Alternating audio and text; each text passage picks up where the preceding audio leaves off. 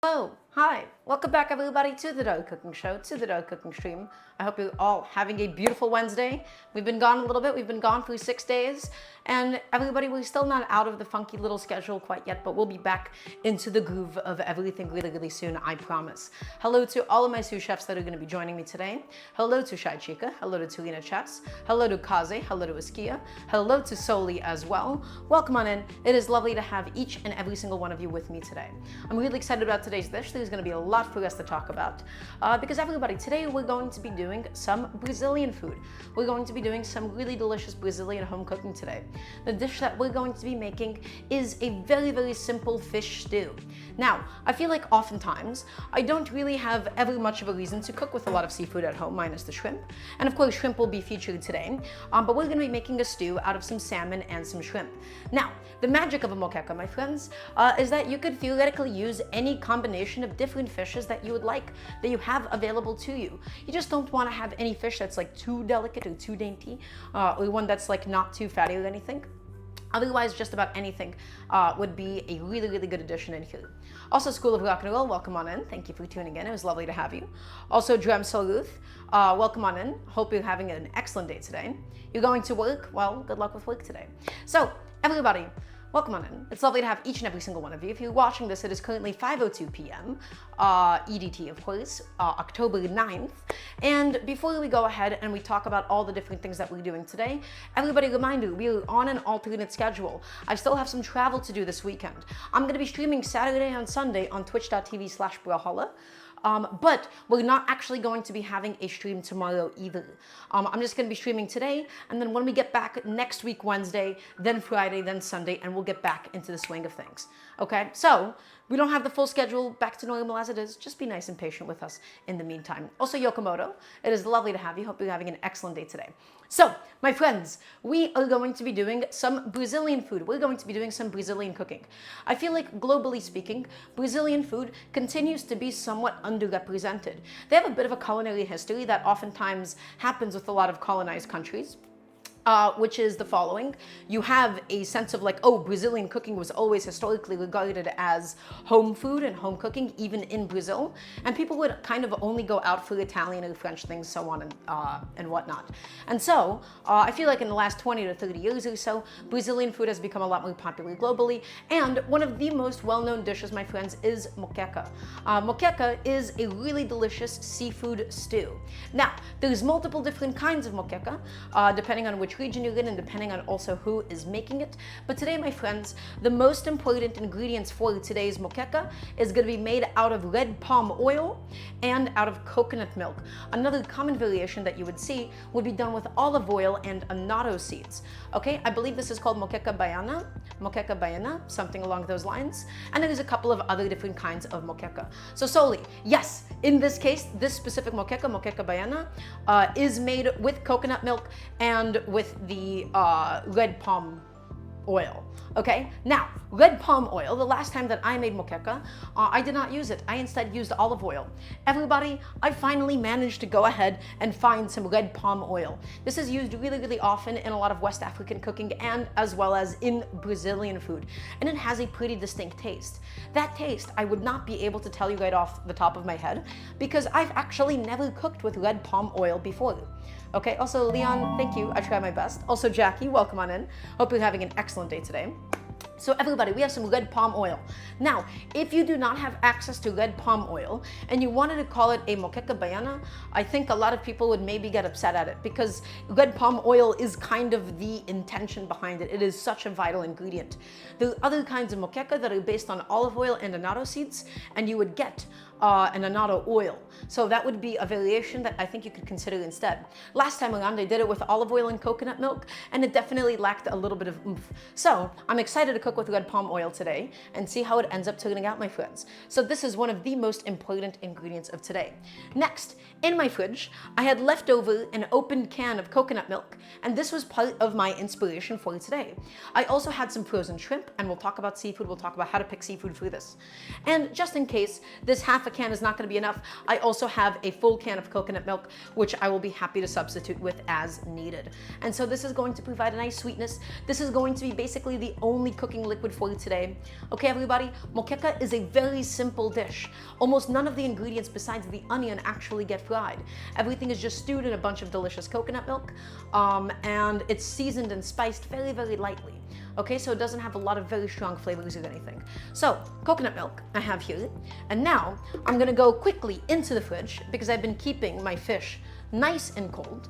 For today, my friends, I'm gonna be using a little bit of salmon and a little bit of shrimp. So, one of my main inspirations for today was, once again, I had some frozen shrimp left over just sitting in my freezer, okay?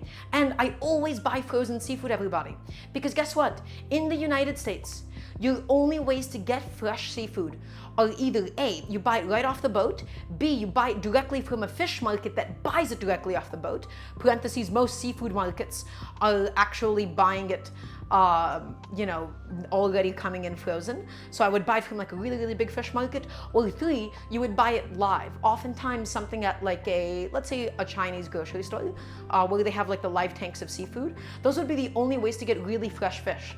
Everybody, the fish that you see in the seafood counter of supermarkets oftentimes has already been thawed, and it's been maybe thawed multiple times. Okay, they might have frozen it, they might have thawed it again.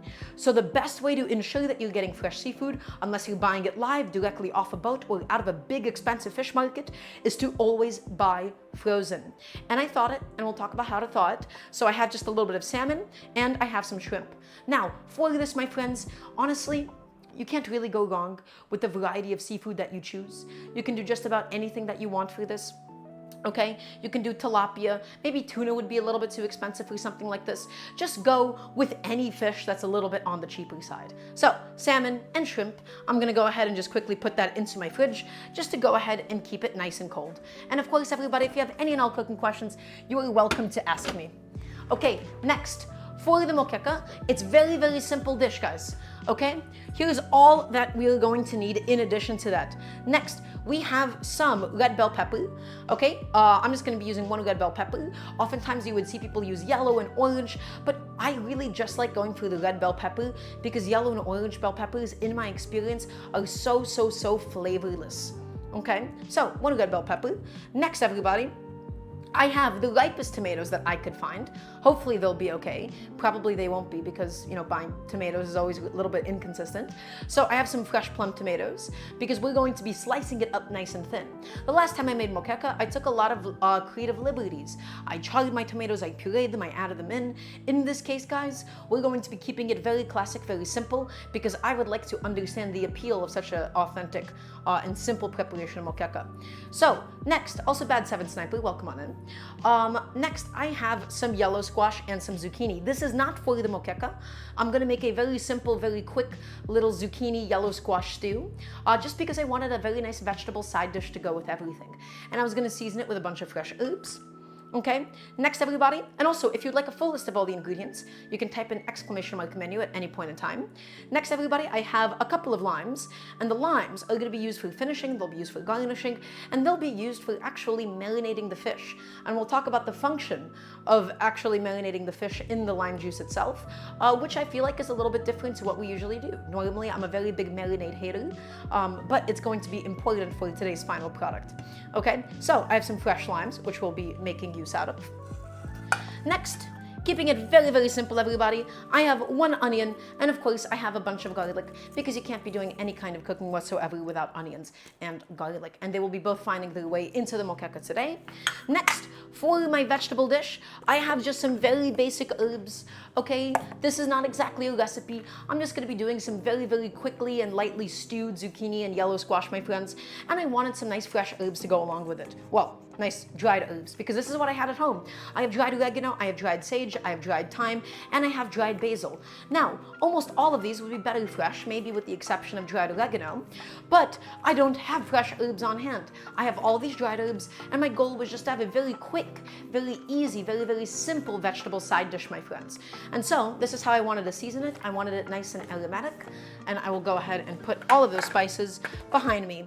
Next, for the rice today, everybody, because you can't have something like a moqueca without some beautiful, soft, fluffy rice. I just have some plain old jasmine rice, which we'll be preparing, just so that it can go ahead and soak up all of the sauce. It's gonna soak up all of the stew for us today. And we'll be keeping it very simple, very bland. And last but not least, an addition that you sometimes see added to moqueca, sometimes you do not, is I have some red pepper here.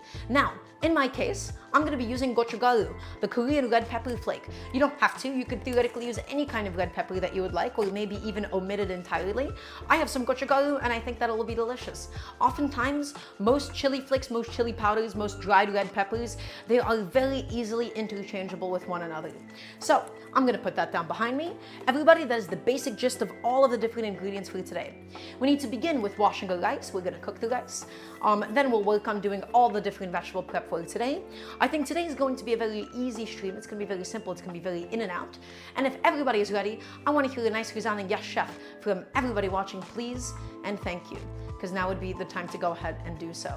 Okay, a little bit of housekeeping. Guys, once again, normally this show is every Wednesday, Friday, and Sunday.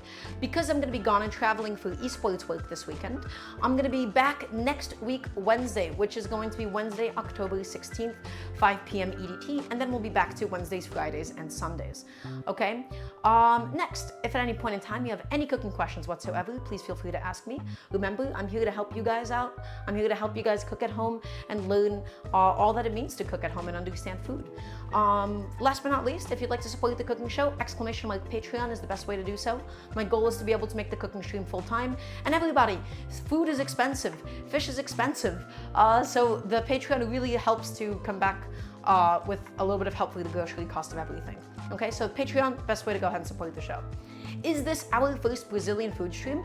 No, Turina, because we made a moqueca in the past, although I don't think I did a very good job of said moqueca, and I would like to do a bit of a better job this time around, okay? So I'm keeping it a little bit more authentic, mostly because I now have access to the red palm oil, and I'm excited to see how it's going to be able to taste and how profound of a difference it's even able to go ahead and make for us. So we need to go ahead and begin with preparing the rice for today. Let's go ahead and get my cutting board out and ready to go. And everybody, nowadays at least, I like to make my rice in the rice cooker because my roommate bought one. We now have access to a rice cooker and it makes my life a little bit easier. You do not necessarily need a rice cooker to make perfect rice, but it just really helps because it's able to keep everything nice and warm. Okay, because these are tools that I have available to me, I will go ahead and make the most out of them. So, what is my goal for the rice today? I want a rice that's a little bit on the blander side, my friends. The reason why I want a rice that is on the blander side is because I'm gonna have a very nice herbaceous zucchini. I'm going to have a very, very nice, flavorful, very delicate, sweet fish dish. And so I don't want the rice to overtake any of the components that I have. Chef, what is your favorite rice type? Easily, Askia, it has to be sushi rice. I love the texture, I love the taste of sushi rice. In my case today, everybody, I'm going to be using jasmine rice. Now, you are, of course, welcome to use any kind of rice that you have available to you. You can do basmati, you can do jasmine, you can do brown rice, you can do everything that you would like. I'm just gonna be using jasmine because that is what I have access to at the moment at home. I have some jasmine rice to use up, okay? And so I'm going to get about a cup of rice, and we're going to begin the washing process. But yeah, Askia, I gotta say, oftentimes, maybe my least favorite kind of rice is basmati. And that's just because I don't find the fluffy texture of it nearly as pleasant as some of like the starchier sushi rice. Yeah, there's something about like the granular quality of basmati rice that is oftentimes not for me. Okay, so everybody, do you actually need to wash your rice? And the answer is it depends on who you are asking. Because what does washing the rice actually accomplish? Well, it helps us to get rid of some of the excess starch. Sometimes we want that excess starch. Sometimes we don't want to wash the rice at all because we want to be able to fry it and toast it. In my case today, I'm going to be looking for a very soft, very fluffy, not really a sticky rice or anything. And in order to achieve that, I'm not going to wash it until it's crystal clear. If you wash it until it's crystal clear, my friends, you're going to end up with a rice that's super, super granular. So all I'm going to go ahead and do is I'm going to fill it up to the brim, I'm going to give it an agitation and wash it 3 to 4 times or so, because I'm looking for it to still maintain a little teeny tiny bit of starchiness to it. Okay? So, while I am doing this, if anybody has any questions, now would be an excellent time to do so because I'm taking the chat with me. We still don't have a sync camera. One day, it's not a false promise, guys. I assure you that we will be able to get that and more. But right now, all I'm gonna go ahead and do is just I'm gonna rinse out my rice. But yeah, everybody, for today, this is just a very, very simple rice dish. Okay, and a lot of people, they say, oh, you should season it, you shouldn't season it. It is entirely dependent on your own intentions. In my case, again, I don't want a rice that is perfumed, that is seasoned with anything other than salt. Okay, because I want it to be able to pair well with such a delicate moqueca. If I were to add a bunch of seasonings and I were to add a bunch of spices into the rice itself, it would be a lot more difficult to be able to taste the moqueca. Okay? I bought a bag recently and it advised against washing since it would reduce the fortified vitamin content. So in that case, Harold Spark, you can absolutely still wash it. You'll reduce the fortified vitamin content. I mean, if you're eating other things, the fortified vitamin content honestly should not matter. Okay? But yeah, oftentimes, in a lot of, for example, East Asian cuisine, you would have a rice that is completely unseasoned, a rice that is completely unsalted, because it is meant to be paired with a lot of heavy, super saucy dishes. Okay? And this is going to be similar to that, where we don't want any additional flavor, just so that we could easily taste all the yummy, delicate flavors of the moqueca. Sunny Peach Kush, welcome on in. I'm just giving my rice a quick little wash, giving it a wash, getting in there and agitating it.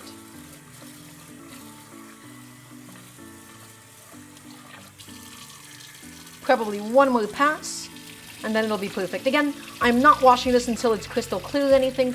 I'm not using this for a fried rice. I don't need this to be like super granular or anything. I just want to be able to attain a nice, soft, and fluffy rice dish today. So that should be the final pass with water. And now, I'm just gonna go ahead and fill it up to the line.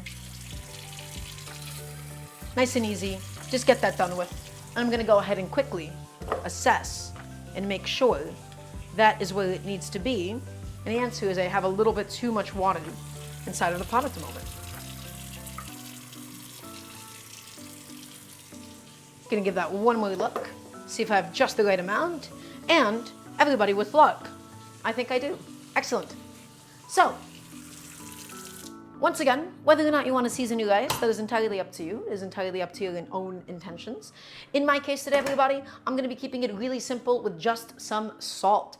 Because the moqueca is so delicate, it's going to be really wet. And in fact, if anything, it might come out a little bit undersalted, which is totally okay. So I want to balance that out with a nice, properly salted rice. Tali, did you hear about Discord?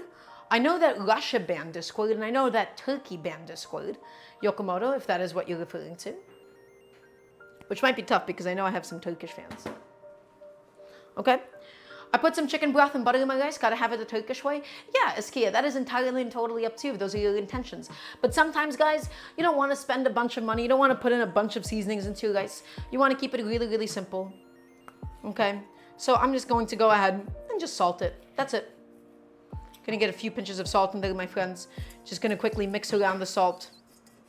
Just make sure that it's dissolved nice and evenly, so I don't have any uneven pockets or anything. Mix it around, move it around, and then we'll throw it into a rice cooker, everybody. Really, really simple stuff today. Nothing complicated with my rice dish. There you go. And oftentimes, by the way, you will find that Brazilian food, I feel like when people talk about Latin American cuisine, they think of it as like super heavily spiced all the time. Brazilian food is sometimes even notorious for being bland, right? And that comes from when you have a little bit of European influence, this idea of delicate flavors and whatnot. Also, Brazil has access to some really, really incredible produce, a lot better quality produce than I would be able to find here. A lot of the reason you can kind of justify and get away with that, well, it's cultural, it's contextual, it's the kind of food that people grew up with. But also, the produce quality is just that good. Brazil has so much amazing quality fruits and vegetables. So, that's it for the rice. I'm just gonna throw it into my rice cooker, guys. Nice and easy, nice and simple. And if anybody has any questions about this process, please feel free to ask me. Just let that go and let that go ahead and do its thing. So, what else do we actually have left to do for today? We need to do all of the vegetable prep. We also need to marinate our fish. We need to marinate our seafood. And there's a reason why we're doing this, everybody. So oftentimes, I talk about how marinades actually don't really work all that well. It doesn't really tend to penetrate very far. It doesn't really tend to do a lot. However, there are a few things that you can add to meats. There are a few things that you can add to proteins that sometimes change their taste and their texture. In my case today, the presence of acid in the form of lime juice is going to almost chew up the top 16th layer of the fish itself. It's going to give it a certain bounciness. Okay, and that topmost layer of the fish, it's just going to have a different texture. Also, by salting it in advance, by dry brining it in advance, we allow the salt to penetrate so that the fish is able to taste nice and seasoned. Oftentimes, when you add fish to stews, especially something like shrimp, especially something like salmon, it can be really, really bland on the inside. Salt is water soluble, so it's able to successfully penetrate into the fish, and we'll be able to obtain a much more seasoned product by the end of it. We'll also be spicing the fish a little bit, but that doesn't really marinate, that doesn't really penetrate as much as it does just kind of sit on the outside of the fish. And we'll be doing that with some red pepper and then some black pepper as well, my friends. Okay, we also have to do all the vegetable prep for today. We have to slice the tomatoes, slice the bell peppers, slice the zucchini, and I'm trying to figure out what should happen first. And in my mind, I think that we should go ahead and process the seafood, my friends. Okay? Starting with the mechanics, your tips are so appreciated, you have no idea. Well, Iskia, I'm glad that I could provide that for you. I'm here to help out, you know? So, I think that we should go ahead and begin processing up my seafood. I'm just going to go ahead and get rid of my cutting board so I don't contaminate it with anything fishy. Get my fish out of the fridge. And then we have to just simply shell the shrimp. I bought some easy peel shrimp, excuse me. And we'll just get that into a little bowl with some lime juice and some salt, and it'll be perfect. Okay? So, make sure I have a nice big bowl that can accommodate all of my different ingredients. I'm gonna quickly get my fish out of the fridge, and we'll just simply peel all of our shrimp. And get it into the bowl with the salmon.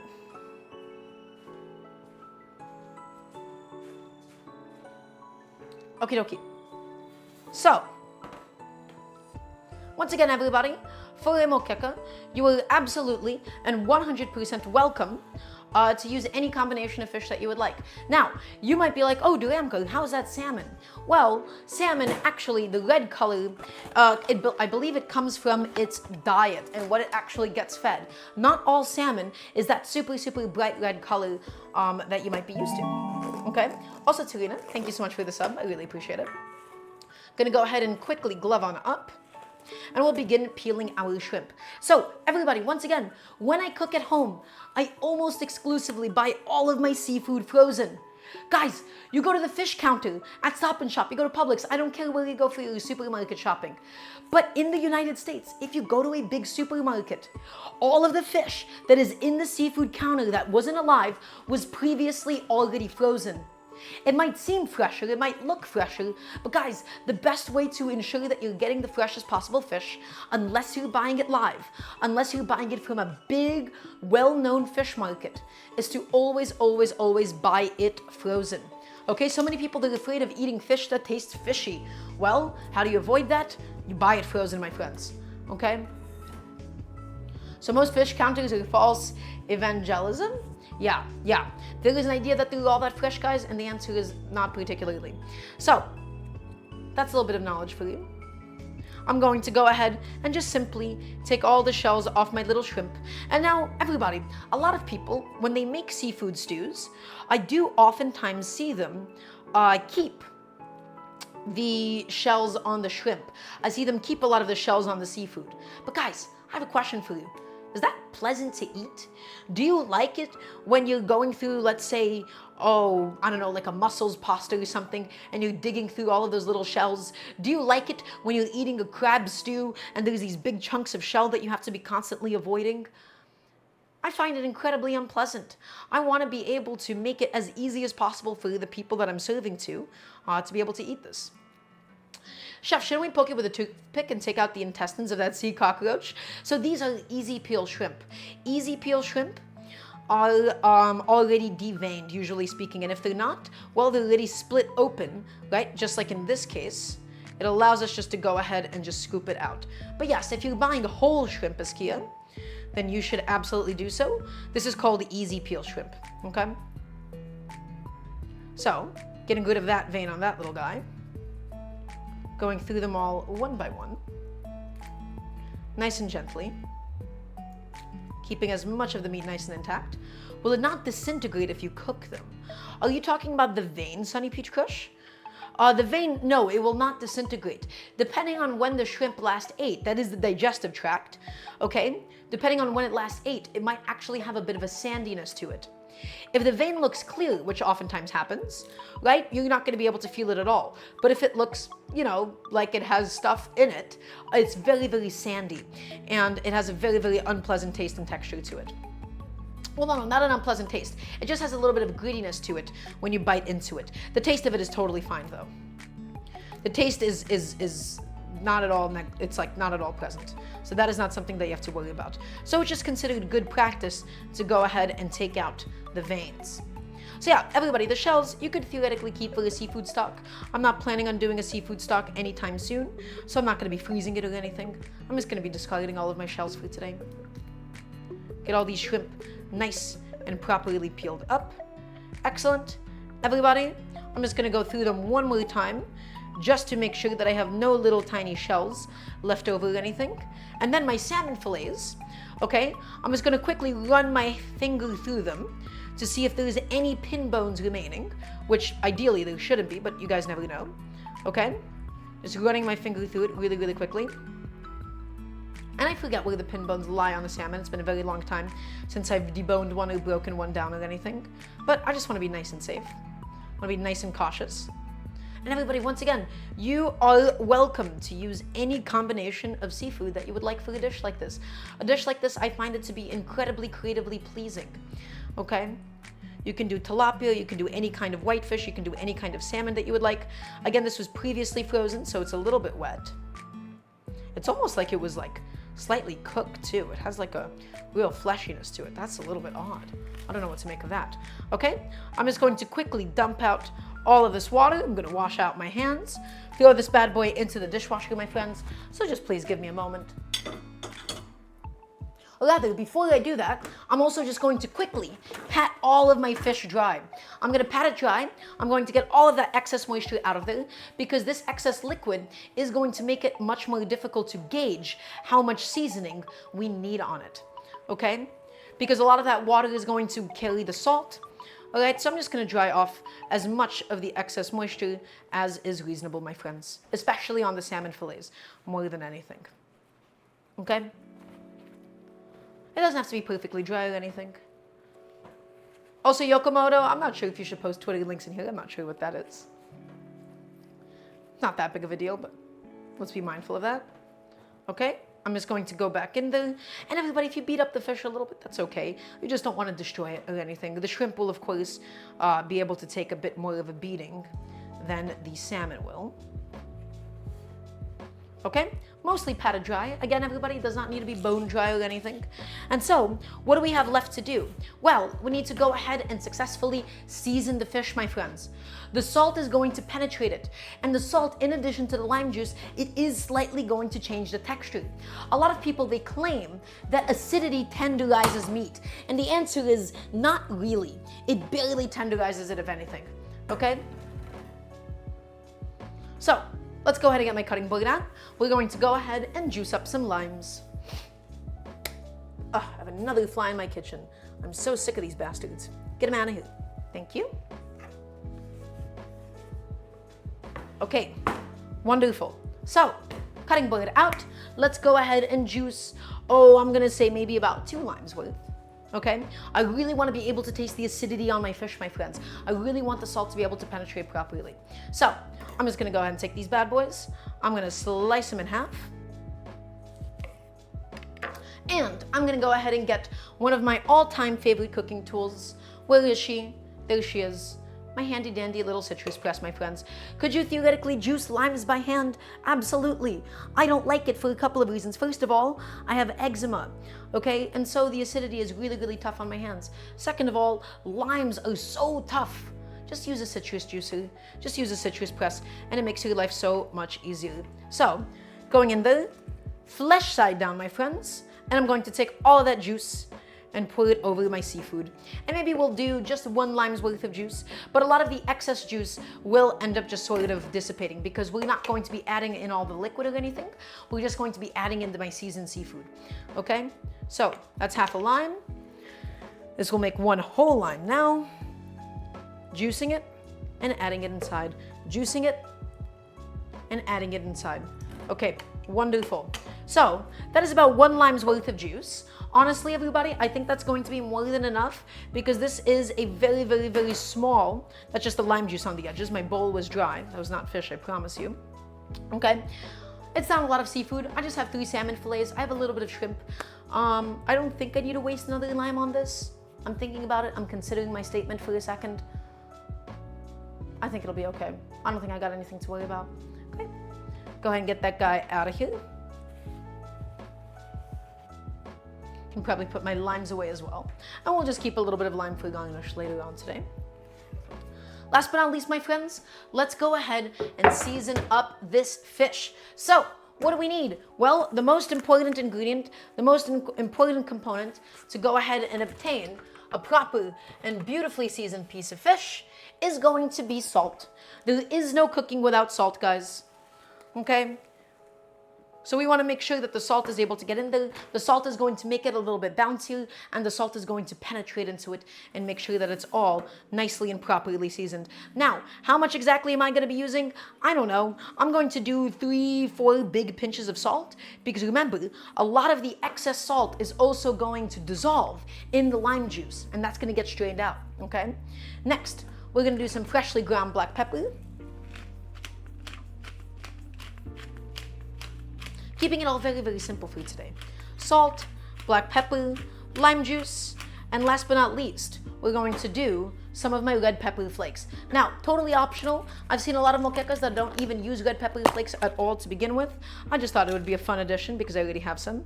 So let's go ahead and get my gochujang on. Just like that. We now have some beautiful, properly seasoned fish. And as it sits with the lime juice, as it sits with the salt, it's going to become nice and flavorful, and it's going to change its texture inside of the final dish. I'm just going to go ahead and grab a glove, and I'm just going to do my best to evenly incorporate all of that seasoning all the way around the fish, my friends. All the way around, all the way around. Get it in there and get it all nice and coated, especially the salt. You want to make sure the salt is nice and evenly coated, as evenly as possible for this. Probably could have used a bigger bowl, if I'm being honest. This bowl's a little bit tiny, but that's okay. And we'll have some properly beautifully seasoned seafood.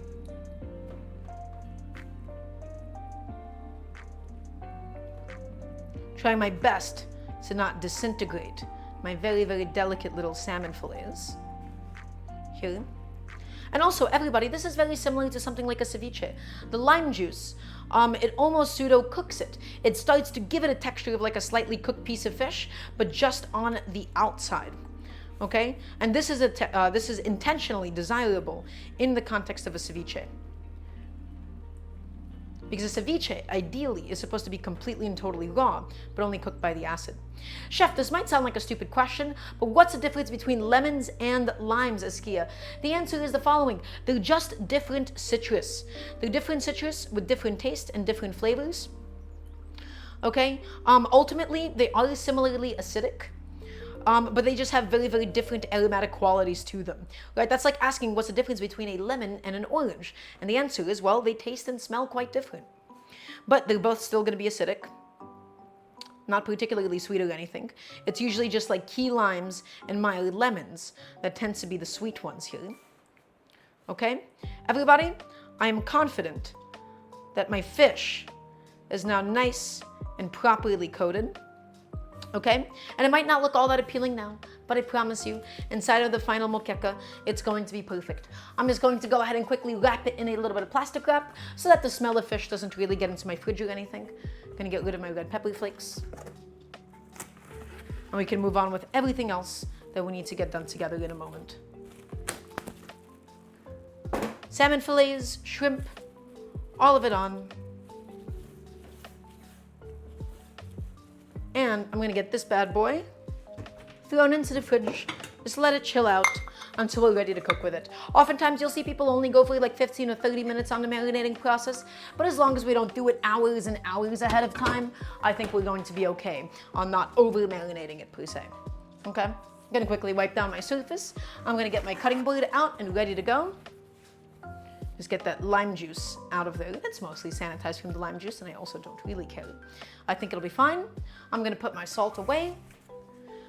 And we can proceed with all of the vegetable prep for today. Once again, everybody, today's dish is so simple. It is so easy. There is barely sauteing involved at any point in time, okay? So it'll be perfect. So what do we have to do now? Well, we need to go ahead and prep my plum tomatoes. We need to go ahead and prep the bell pepper. We have to prep the onion as well. Some of the onion is going to get fried and infused into the oil, and some of it is also just going to get sliced up really, really nice and thin. And you'll see how we do it.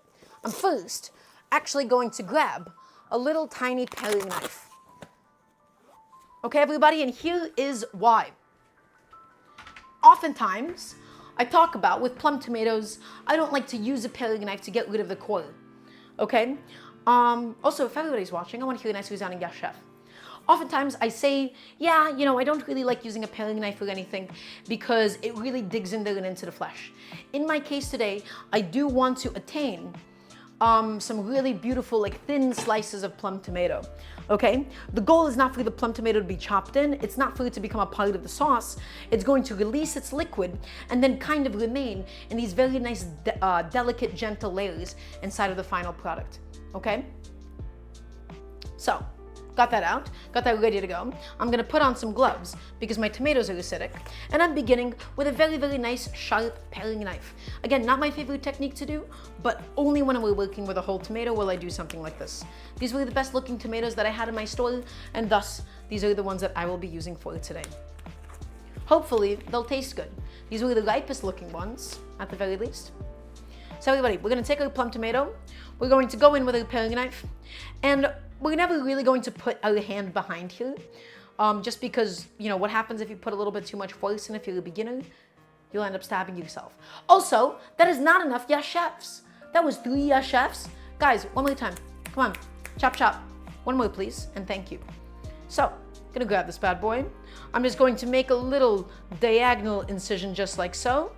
And I'm not rotating the knife as much as I am just sort of rotating the fruit around it, sawing it, getting it in there, getting it done, and out goes the core of my tomato. Nice and easy. Let's go ahead and do the same with the second one. I'm not making a big batch of moqueca today, so this is gonna be more than enough.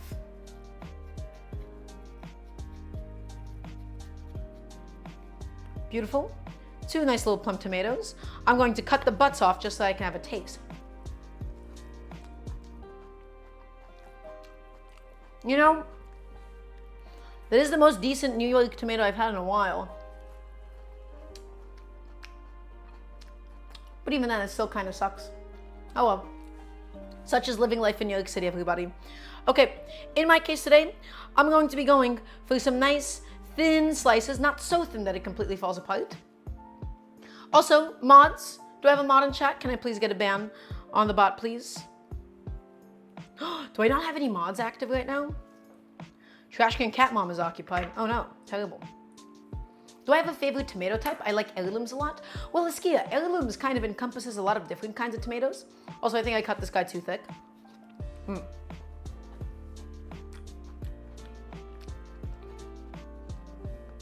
Askia, I just like whichever tomato is good, which can be surprisingly more difficult to find than you would think. Guys, the key to this, you want to have slices all the way through. No, I'm afraid that all 4 of my mods are currently unavailable, so it's fine. The bot will stay free now.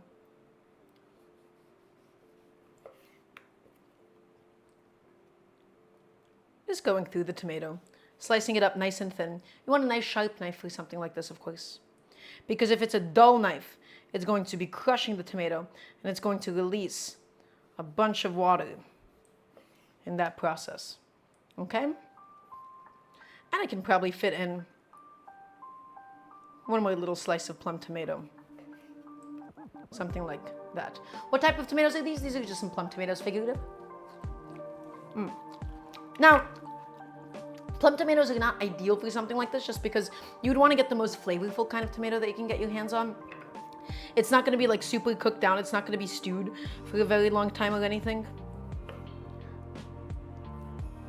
Which I feel like is what plum tomatoes are ideal for. I got them just because they were on sale and they looked the ripest at the store. They had the deepest, reddest quality to them.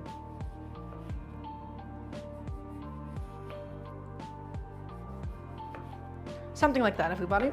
I'm gonna have this one as a snack again.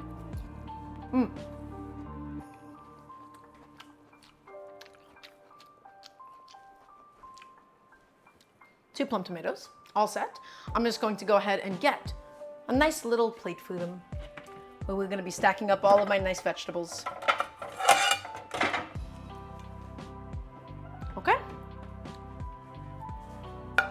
Up they go. And you don't want to do this too far in advance. Like, you don't want to do this hours and hours ahead of time because the tomatoes are going to get mushy. They're going to get kind of like watery as they sit out a little bit.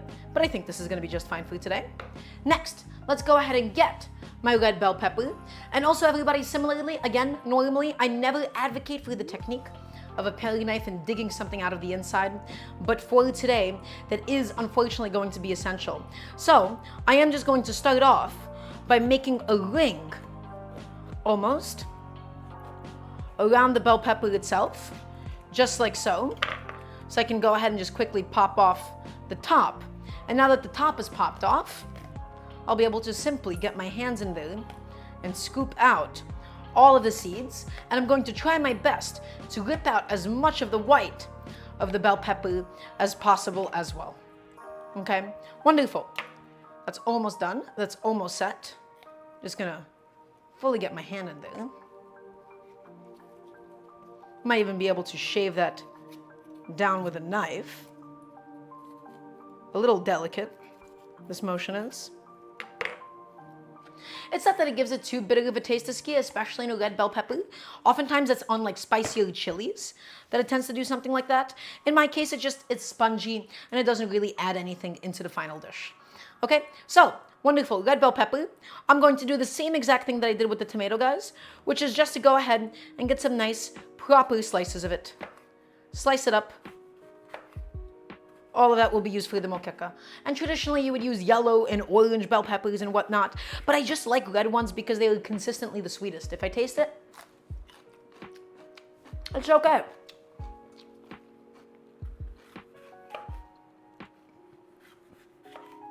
There we go.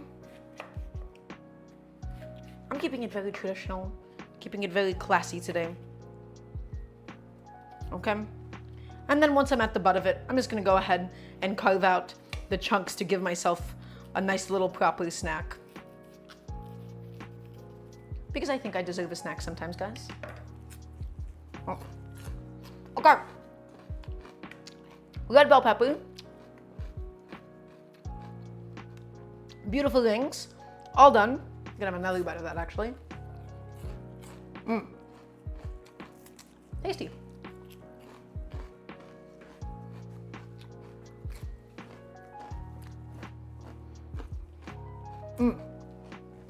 Okay. Onion. So, everybody, about half of the onion is going to be used to also layer in. We're going to get a lot of beautiful little slices of onion. And then the rest of it is going to be used for sautéing purposes. Okay? So, in order to achieve that, we're going to be processing the onion a little bit differently than usual. Also, San Pablo, welcome on in. I hope you're having a beautiful day today. We're going to begin by, of course, always cutting off the head of the onion, my friends. Away the head goes. Now, this is what paring knives are for. They're for delicate motions like these. I'm using the paring knife to be able to make an incision into the flesh. And now that I've done so, I'm able to just go ahead and peel away that topmost papery layer of the onion, get it processed, get it ready to go. Okay, wonderful. I'm going to quickly grab my little bench scraper. I'm going to get all of my scraps off of the cutting board. Away she goes. Next, we're going to begin with obtaining some nice thin slices of onion, my friends, so it's able to cook in time. You don't want to chop it. You want to slice it, my friends. You want to start either at the base or the tip of your knife, okay? And you want to just gently slide it out with as little vertical force as it needs to be able to make its way through. Because if you chop it, look what happens. I'm going to do this once. Everybody, I need to hear another yes, chef. Look what happens if I chop it. It cleaves out, and I don't obtain a nice, beautiful slice of onion. Okay, that is not what I am looking for. I want to get, that's it. That's it, my friends. That's what I'm looking for today. Okay? In order to do that, you need a nice, proper slicing motion. Slicing and chopping in a kitchen are not interchangeable. So, being very gentle, being very delicate here. In fact, I am considering using 2 onions for this now that I'm looking at it.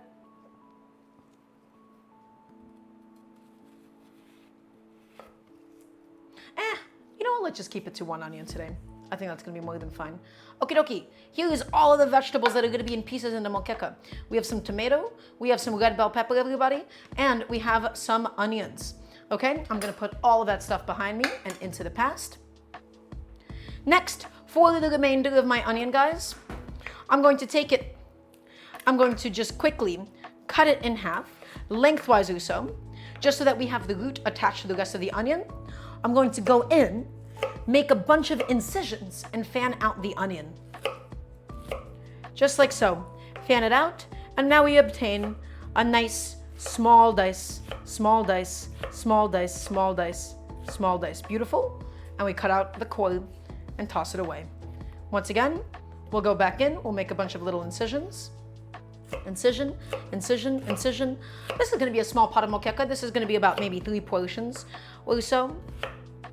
Cut it, cut it, cut it. Wonderful. Okay, and that's all the work that the onion needs, my friends. All set, all ready to go for you today, looking perfect. I'm gonna go ahead and transfer that to a small little bowl in the meantime. Or a small little transfer plate, rather, in my case. Very, very easy, guys. Very, very simple today, isn't it? No heavy prep work, no heavy lifting or anything. Everything is getting done in a nice, timely, easy manner. Okay, so onion's done. Next, we gotta get some garlic going.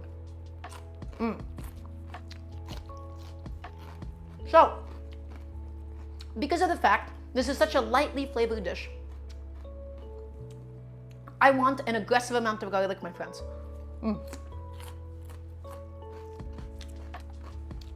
So we're gonna get a bunch of cloves.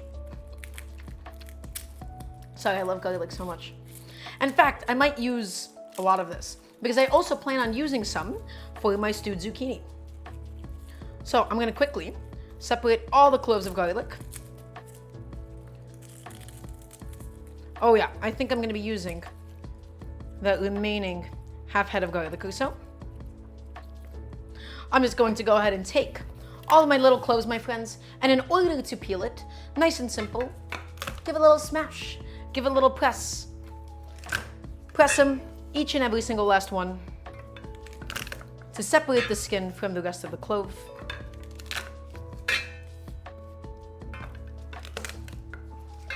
There she goes. And now, cloves just pop on out. They just pop out. There she goes.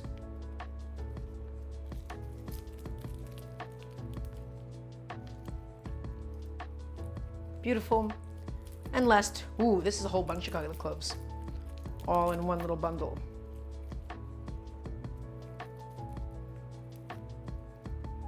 Okay. And then everybody, guess what I finally have access to? If you guessed the new garlic press, you'd be completely correct. Godzillas, thank you so much for the sub. I really appreciate it. Hope you're having a beautiful day today. I finally have, by the way, my new garlic press, which I am very, very, very happy about because I have been waiting for it for so long. And it finally came in. That was bought a while ago, actually. Actually, still have not peeled off the plastic on it. But it's like a little bit of tape that was stuck on. Ooh, excuse me. Okay. Let's go ahead and get rid of all of this. Let's get this stuff all gone. Beautiful. And I'm gonna go ahead and grab a small little condiment bowl. And let's go ahead and put through all of our garlic. Into the garlic press she goes. Ooh, this one's like tight. Interesting. Garlic press, in it goes. Push it in, squeeze it all the way. Oh, I missed having a decent garlic press, I have to say. This is such a quality of life improvement for me. Oh, that is night and day, genuinely. That is wonderful. Ugh. There we go. Although some of it is popping out of the top. That is a little annoying about it. Okay. Keep it going. Beautiful. Much more efficient. I feel like I'm wasting a lot less garlic than before as well. Even with the freakish amount that I am adding into today's dish. Okay. And let's just scrape off the rest of it that's just stuck on there. Off she all goes. Beautiful. Guys, it feels so nice to have a decent garlic press again.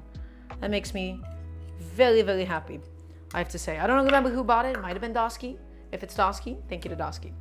Okay, everybody, with garlic press, as always, clean it before you keep on cooking, because the last thing that you want to happen is for all of that garlic to be stuck in those tiny little holes. It's gonna dry out. It's gonna become so much more difficult to clean later on. The best time to clean this thing is now, my friends. So poke it with a brush, poke it with a brush, get all that garlic gone, get them out of here. Clean it up. I'm just gonna go ahead and throw this bad boy into the dishwasher for safekeeping. Wonderful. As always, everybody, always starting off with an empty sink, an empty dishwasher. Can chef describe the garlic press sound? I don't know if I can. Okay, almost all the vegetables are done. The last step is going to be processing the zucchini and the yellow squash. Everybody, I think today's stream is going to be exceptionally quick. So, onions, garlic, beautiful. Next, let's get my zucchini and my yellow squash. And then we also want to make the spice mixture for today. So, the fun thing about yellow squash and the fun thing about zucchini, everybody, is that they're all super interchangeable with one another. Yellow squash, gray squash, zucchini, I find that they all kind of taste the same. They just all look a little bit different. I'm using 2 green zucchinis and then 1 yellow squash just for a little bit of color variation on it because I think it'll look pretty. And processing these bad boys for today is really simple. I'm gonna cut off the tails. I'm gonna cut off the heads of each and every single one of them. Right, just cut them off, cut them off. We're gonna be keeping all that skin on, of course. Okay, and then I just wanna be able to pursue very nice, gentle, soft, stewed chunks for today. I'm going to take this bad boy and I'm going to cut him in half. Excellent. Take it and cut it in half, my friends. Take it, and as you might have guessed, cut it in half.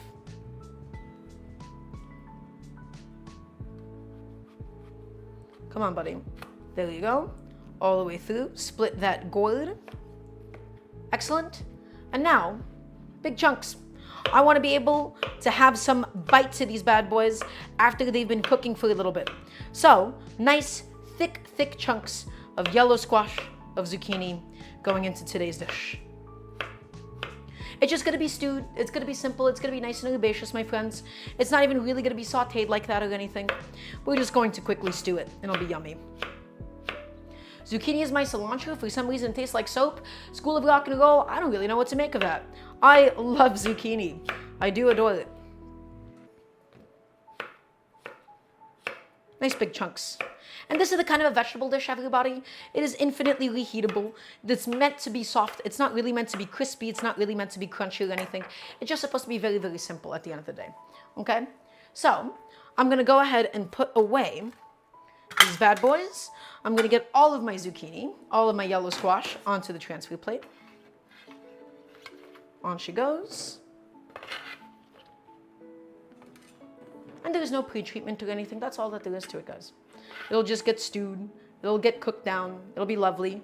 And the last thing that we have to do now is let's make the herb mixture for all of my zucchini and all of my yellow squash. Okay, because I wanted it to be a little bit more aromatic. I have all of these dried herbs and I wanted to go ahead and use them up for today.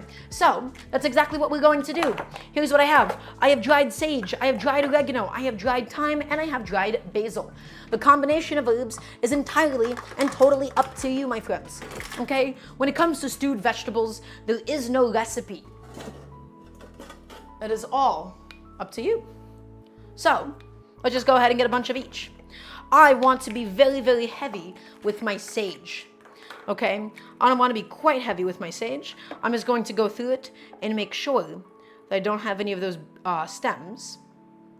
And again, if you have fresh herbs, my friends, do not let me stop you.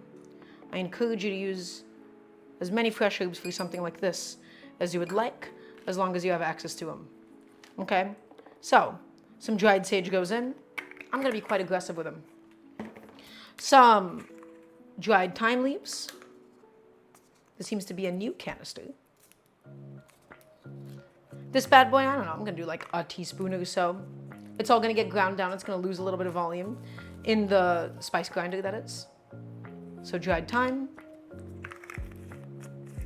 dried basil. But yeah, feel free to use marjoram. Feel free to use, I don't know, parsley or something. Feel free to use rosemary.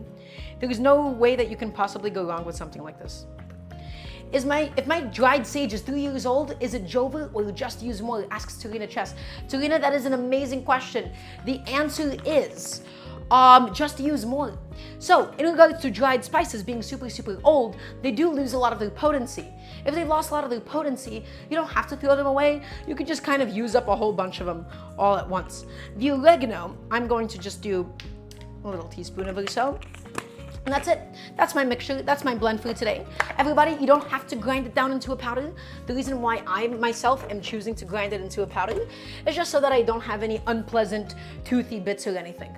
Okay? So, gonna quickly go on over to my spice grinder, which, as you all may know at this point, is just a repurposed coffee grinder. Okay? Add it all in. Close the lid on it. And let's just go ahead and obtain a nice puffy little spice powder, everybody.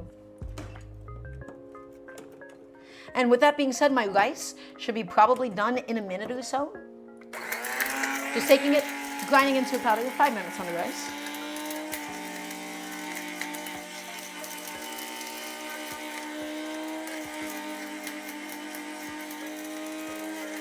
You want to get all the bits going. You want to just obtain a nice fine little powder, and that'll be used to season up your veggies.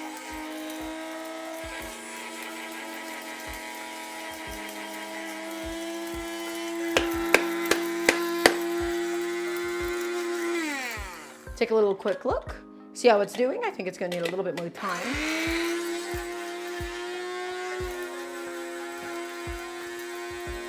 Oh, Sunny Peach Crush, I think that's a little bit too intimate of a question. I don't think that's something I'm comfortable answering on stream, I'm afraid.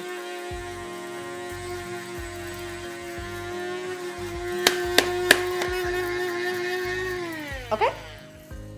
Whoa, guys. I opened it before it stopped grinding. And so it just kind of projectiled some of my spices. It's still not done. Still needs a little bit more time.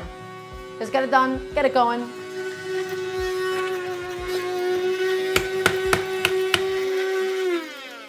Okay, That should be good. I think that's gonna be perfect for you today. I'm gonna go ahead and take all of my delicious ground herbs, my friends. My oregano, my thyme, my sage, my dried basil as well. All of it, and dump it into a container. Wonderful. Oh, and it smells wonderful. It smells nice and aromatic. It smells nice and delicious. Did it smell amazing with that mishap? Yeah. And I'm sure my hair does too, Harold Spark. My hair must be now nice and scented, nice and perfumed slightly. I'm gonna go ahead and take a second, everybody, just to clean up my station. Get rid of my waste bowl. Get rid of anything that I may have laying around. Quickly put away my plastic wrap and get rid of a few of the containers of spices that I no longer need for today. And everybody, with that being said, we have done the majority of the prep work to actually begin our multiple stewing processes. So all that we really have left to do, we gotta cook the zucchini and we gotta go ahead and cook the fish now. We've cut up all the vegetables, we've cut up the onions and the garlic, we cut up the zucchini, we have the rice going, it's cooking, we have the fish marinating as well inside of the lime juice. And so the order of operations is as follows. For the fish itself, my friends, we begin with frying some onions and garlic in the red palm oil. Once that gets done, all that we do is we add in layers of my sliced onion, we do layers of the tomato, we layer in the fish, we layer in the bell peppers, some more tomatoes on top, and then we pour it all over with some nice coconut milk and some more red palm oil on top. We bring it all up to a nice little boil, we cook it for a little bit, and then we top it off with some shrimp, and then we let it continue to cook. That is just how easy, that is just how simple the stew is. Okay? So, does anybody have any questions in the meantime? Just gotta check on something really quickly. Is coconut milk easier to incorporate? Tarina, I'm not sure what you're asking me. Than milk? Well, coconut milk does hold up to cooking a lot better than regular milk. And the reason why that's the case is because with regular milk, it does tend to split a lot easier, especially in the presence of something acidic. So milk isn't really something that you would want to be able to use for something like this. Okay? So, tell us about red palm oil. I've never heard of it. So Godzilla's, I feel like it's in the name. Palm oil, I've actually never cooked with before. This is gonna be my first time working with palm oil. This is gonna be my first time cooking with it. Oftentimes I've heard it be described as almost having like a root vegetable taste to it, having like almost like a sweetness. I've never cooked with it. I'm excited to see how it goes though. It's gonna be delicious. My rice is almost done. So before we even begin heating up the oil or anything, let's go back in and fluff the rice, my friends. And by fluffing the rice and agitating it slightly, it just sort of helps to declump it a little bit. So, to the rice cooker we go. But yeah, it's gonna be my first time, so it's gonna be a bit of a mutual learning experience. I tried culantro for the first time and it's awesome. Happy to contribute, Serena. Okay. Here's my rice. Guys, it's white rice. And it's just good practice just to go ahead and get in there and just to mix it up a little bit. Take all the stuff from the bottom and move it to the top, so on and so forth. Just to help get rid of some of the dried out bits and just to help make sure that it evenly, that it keeps a sort of an even texture and it doesn't really cake up or anything. Okay, so really just pick it up from the bottom to the top and just separate all of those clumped up little cakes of rice, guys. And just get it moving around. We can even have a little taste as a treat of plain rice. Nothing to complain about. Soft, delicious, perfectly cooked rice.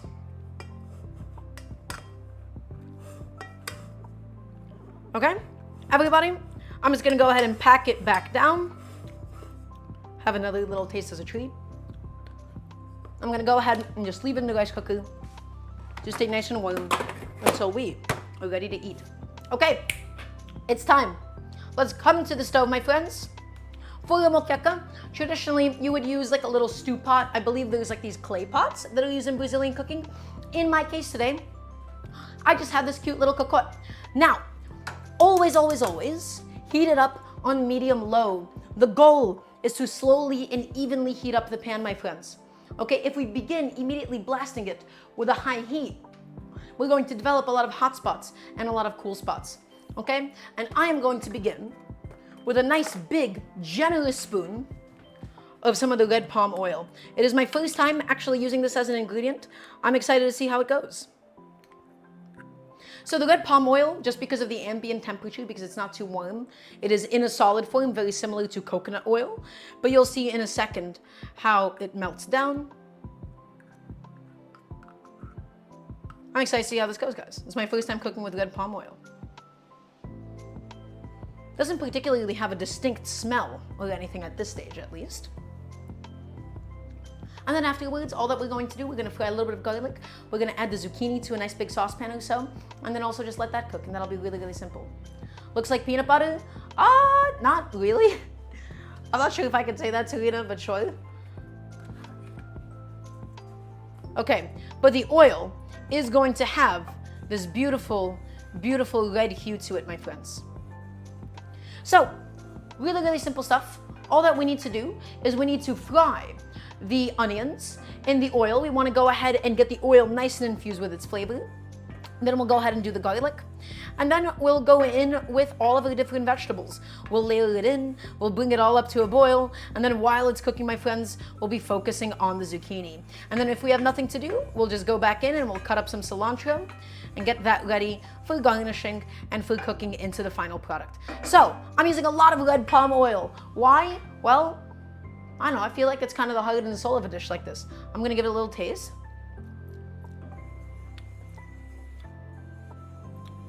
Just kind of by itself, I don't feel like it's particularly distinct very much. I don't really know how to describe that flavor, actually. Let me see. That is a taste that I definitely had in other places before. You've definitely tasted red palm oil in other contexts, guys. Okay, I'm just gonna go and get it heated up. And also, I am going to guess, because this is a red oil, it's not been super, super refined, I'm gonna guess that it's not really good for high temperature cooking. So Serena, I feel like it has almost like a woodiness to it, as opposed to a grassiness. It's like a woodiness and it was like a slight earthiness, almost like a pastiness. But we'll see how it goes. Palm oil, we're just gonna go ahead and get that nice and hot. We don't have to get it smoking hot or anything. We're going to be slowly frying down the onion, guys. I'm just going to quickly get rid of my little spoon. I don't think we're gonna need any more palm oil, especially for a stew so small for today. Let's go on and get it nice and hot. And in the meantime, I'm just gonna put away a few things that we no longer need. This measuring spoon can go, this little plate, that can go too. Remember everybody, clean as you go when you're cooking at home. Always, always, always. And I'm just gonna quickly wash off my citrus press while I'm at it as well.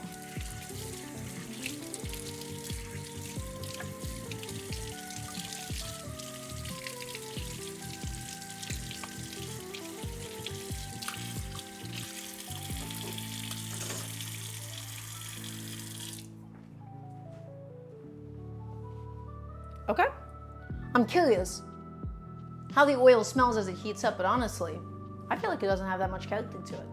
Surprisingly. With the way that I've heard so many people talk about and really gas up red palm oil, I thought it'd be a little bit more distinct. But we'll see what's gonna do to the onions, guys. Let's go ahead and add in basically half an onion cut on up. And so the goal is for the onion to go ahead and infuse into the oil, my friends. It is for it to allow us to extract all of its aromatic qualities and for the onion to get nice and properly sauteed. And so that, my friends, is gonna be a bit of a process because we first have to collapse the onion and then we can only begin the sauteing process after we collapse it and release all of its excess liquid. So the onion is frying. Let's break it up a little bit. Let's break it up. Let's break it up. I'm also probably gonna remove my fish from the fridge at this stage as well. And just keep in mind, you don't want to have any onion stuck to the sides of your pan, guys. If there's any onion stuck to the sides of the pan, it is going to scorch and burn. So, gonna get my fish out of the fridge.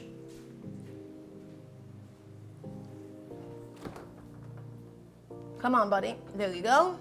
Excellent.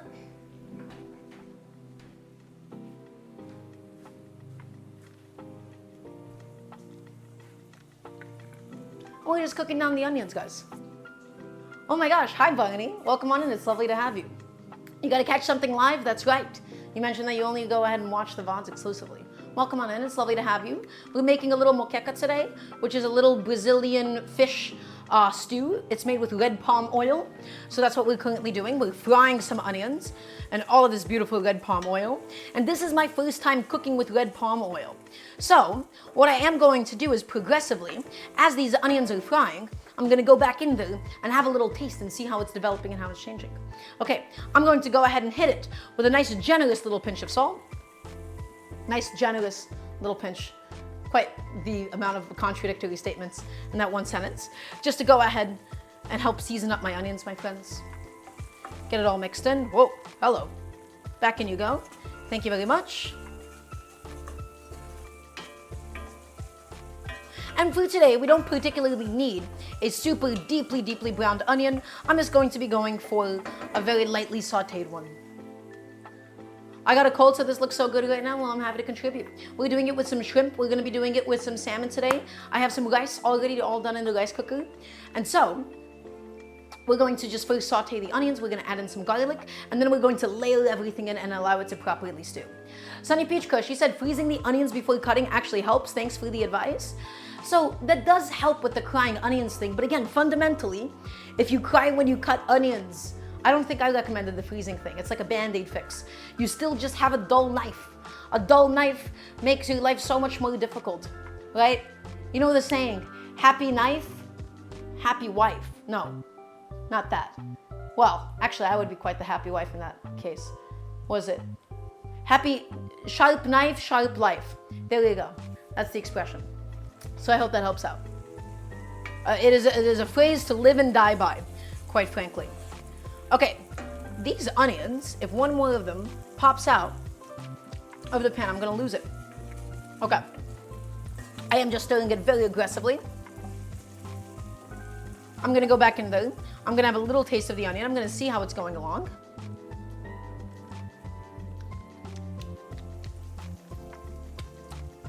Guys, I'm gonna be honest. The red palm oil, I don't think it's all that distinct.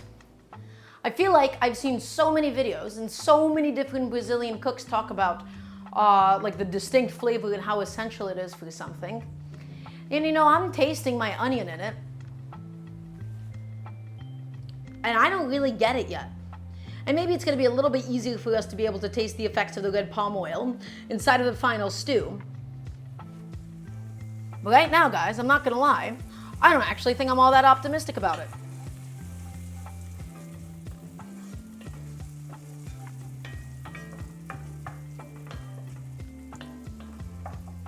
So I'm not trying to be dismissive here.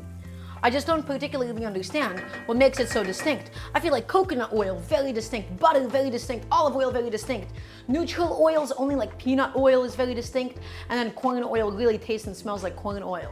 But this?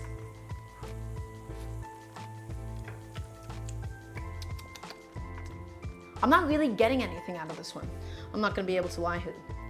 So, I don't know, I guess we'll figure it out. And how long do we actually need to cook the onions? Just until they're mostly softened, until we're getting a little bit of golden color on them developed. Okay, we just want to be able to get some nice sweetness out of my onions.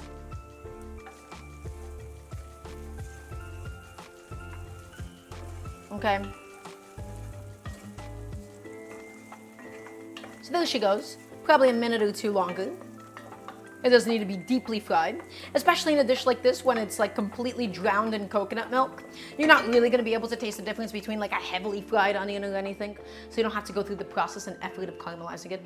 You need a lot of onions to be able to make a difference like that, you know? And afterwards, once we get that done, all I'm going to go ahead and do is we're going to heat up some olive oil in a pan, we're going to fry some garlic, we're going to add the zucchini, stir that and let that cook, and we'll add in all the different herbs that we have to that as well.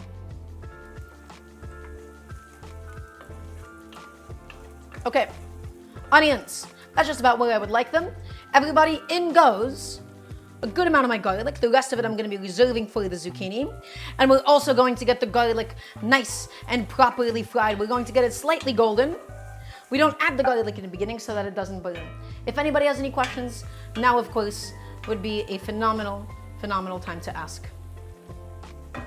And then after the garlic fries, we'll begin layering in all of my different ingredients.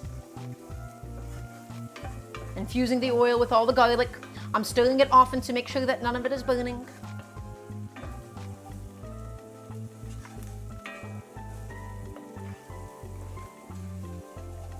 Wonderful. Excellent. And now everybody, this is the stage where we lower the heat because we're going to be going ahead and layering in all of our ingredients. So lower it. You want to stop the garlic from burning. Lower that heat. Lower it. And yes, Sunny Peach Crush, I do severely prefer gas over electric because it's a lot easier to regulate the temperatures and it's a lot easier to be able to control it. Electric stoves, it's like they're on or they're off.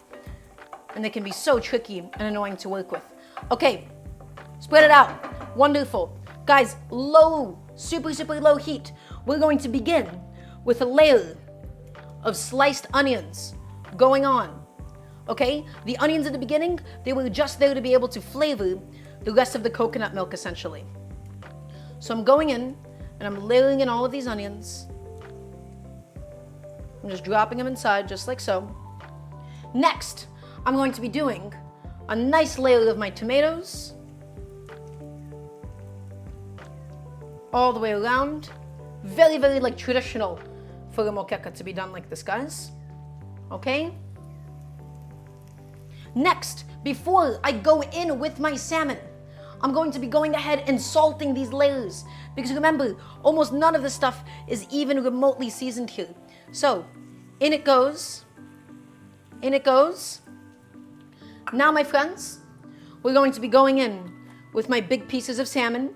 The shrimp we're going to be adding afterwards. We don't do the shrimp immediately because the shrimp would end up overcooking by the time it takes for the salmon to be able to get cooked through.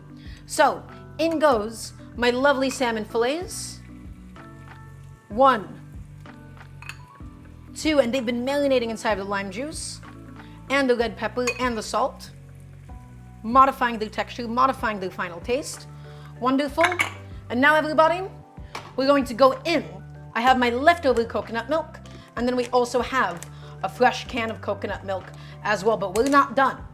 Oh no, we are not done. So, in goes my coconut milk. All the way around. Cover it up. Wonderful. Beautiful. I think maybe half a can is actually going to be perfect for today. Then everybody, we're going to go in one more time with my tomatoes before we layer in some of my bell peppers. Actually, I could probably, it's going to be fine. Bell peppers go on.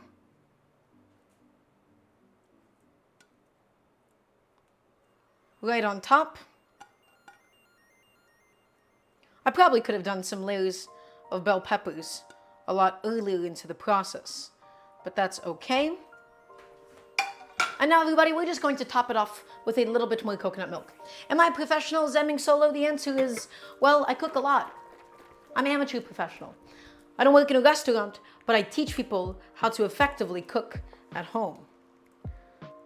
So I shook up a can of coconut milk just in case any of it was separated. Okay? And I'm just gonna go ahead and pour some of that coconut milk in. Everybody, that's gonna be it for now. We're going to take it, we're going to bring it up to a boil, medium, high heat or so, and we're going to hit it with a little bit more salt on top. The cilantro is going to be added towards the end so we don't lose all the fresh flavors of the cilantro. I'm seasoning it now because remember, the coconut milk is completely and totally bland, my friends. So, medium heat, I'm gonna do this on a separate stove. We're gonna bring it up to a boil, drop it to a simmer, cook it for about 10 to 15 minutes or so. Every now and then we'll open it up and push the ingredients around the bottom. So, slap that lid on, separate stove. Are my handles hot? Yes, they are. So I'm going to just take this bad boy and move him to the side.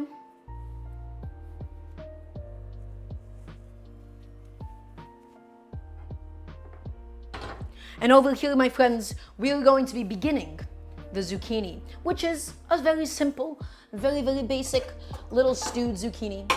I'm going to go in with a nice big saute pan, my friends. This bad boy we're bringing up to a nice gentle simmer.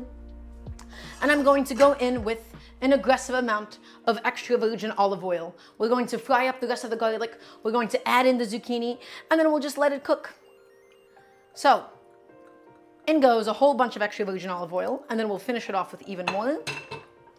And while the oil is still cold, everybody, I'm going to go in with the rest of my garlic. The zucchini is just going to get stewed. The zucchini is not going to brown at all. But the reason why I'm adding the garlic into the cold oil is it's going to be a lot easier for it to brown without burning it. It's going to be easier for us to infuse the garlic into the oil. So I'm just adding it inside now, as it is, and it's going to help to slowly cook out the moisture in the garlic. So in she goes. That bad boy is being brought up to a boil. I'm gonna go ahead and get rid of a couple of things that we no longer need. Get rid of some of these plates that I now have just sitting around.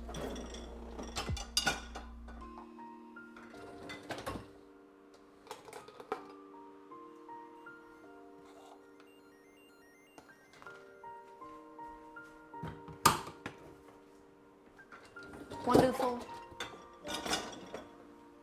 And everybody, while we're cooking the garlic, we want to make sure that we are constantly moving it around, because if we leave it unattended for too long, the garlic is going to burn and turn bitter, and that is not what we are looking for. I just want to go ahead and infuse my olive oil with all the garlic. Nice and simple. If anybody has any cooking questions, please feel free to ask me. But yeah, Zenning Solo, I've been cooking for a very long time. For basically my whole life.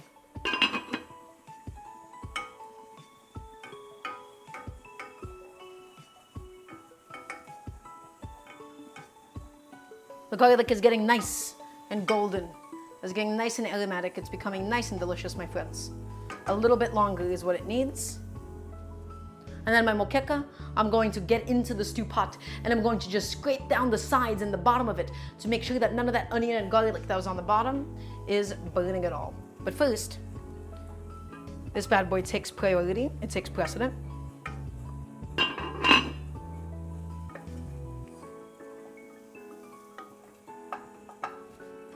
Getting this delicious garlicky olive oil. You self-taught all of these dishes? Yeah, basically Zenning Solo. I've been cooking for 14 years. I've been cooking for a very long time. If you have any and all cooking questions, you're welcome to ask me at any point in time.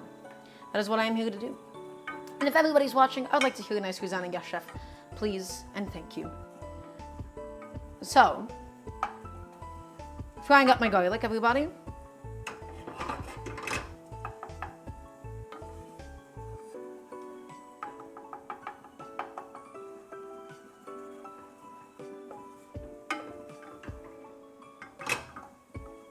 This should be just about the stage where it's ready to go. You want it to be golden. Keep in mind that as it sits into the hot oil, it is going to continue to brown. It might even risk burning a little bit. So with garlic, you always want to like slightly undershoot it, right? The olive oil continues to coat it. I can hear my coconut milk bubbling away. And now into this pot, I'm just going to add in all of my zucchini. And I'm going to get nice and close as I add my zucchini so I don't end up splashing much of the oil until I get a nice big pile. Let's mix it in. We can probably at this stage increase it to a nice medium high or so, because the zucchini, as it cooks, it's going to release a bunch of liquid, and it's very quickly going to stop sautéing, my friends. So just get the zucchini, get it all nice and coated with the garlic, and in a moment's time you can hear the sound change. It's no longer sizzling. It's going to become a more of a psh sound. And that psh sound is all of the water releasing out of the zucchini, my friends. And that is exactly what we're looking for. We don't need it to be sauteed, so don't worry about that. Okay? Heavily seasoning it, heavily salting it up now. I'm just going to go back in there again. Just scraping off all the garlic. And just really shaking up the zucchini and making sure it's covered with the salt. And we'll be coming back in there and stirring it up quite often, my friends. Okay, wonderful. So what is happening with the salmon, with the fish in the meantime? Let's just go to the stove. The zucchini, I feel quite confident that I can kind of leave by itself for a little bit. I know nothing bad's going to happen to it. I can hear that the water is coming out. I'm coming to my fish now. It is aggressively boiling, so I'm slightly lowering the temperature. I'm lowering the heat. And without disrupting all of these beautiful layers that we've built, everybody, I am just getting into the bottom and just slightly shifting some things in the moqueca around. Okay? That's all I'm doing. I'm just slightly shifting it around. I might have been able to layer my zucchini better in retrospect, but that's okay. Just scraping up the bottom, scraping up the sides. Wonderful. And now my moqueca is off, my friends. She's happening, she's going, she's cooking along. And back to the zucchini.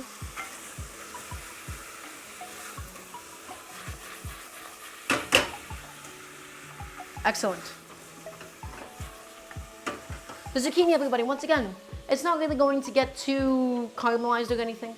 It's not really going to get sauteed. We just want to get nice and soft. Chef, when you're learning a new dish or variety, what are you focused on learning the most? New techniques, new ingredients, or combo stories behind the foods? Serena, I'm always looking for what is the soul behind a dish. And what I mean the soul is the intention. What is it trying to do? What does its name mean?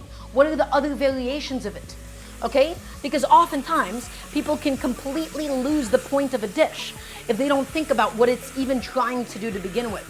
That's what I mean. What is the soul of a dish? What is the intention of it? In the case of moqueca, it's supposed to be a way to showcase a bunch of seafood. And it's supposed to be very, very light and very simple and supposed to show off the red palm oil. Okay? Everybody, while this is all cooking, while this is all happening, we're gonna take advantage of this time because nothing's really gonna burn here. I'm gonna get some fresh cilantro out of the fridge.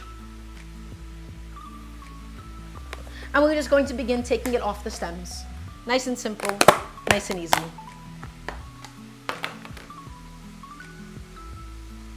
Right now, just quickly going back in here, making sure this is all cooking properly.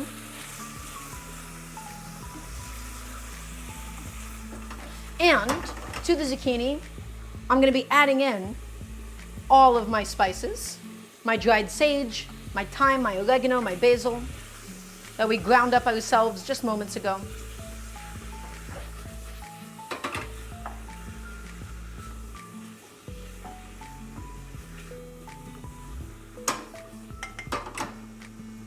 Wonderful. Okay, all that we're gonna go ahead and do, we're just gonna go ahead and pluck some cilantro off the stems.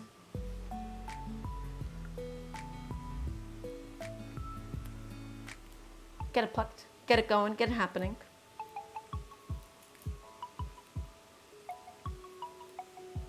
And then we'll just be discarding the stems because the stems are a little bit too tough, a little too woody.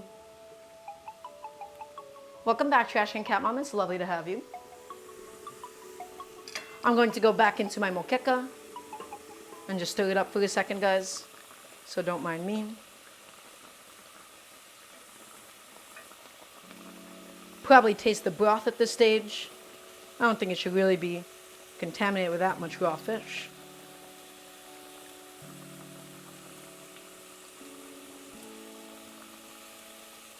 I am considering cooking it lid off for a little bit because I feel like it is so wet on the inside that I would like for some of that excess liquid to simply evaporate. Back to my veggies, back to my zucchini, my friends.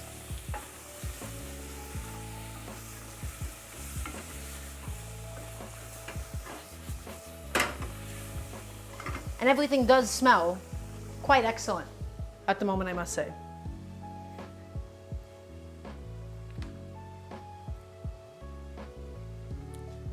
So, let's get that cilantro plucked. Let's get it all off the stems. And every now and then, we're just gonna go back into the zucchini and just mix it up a little bit.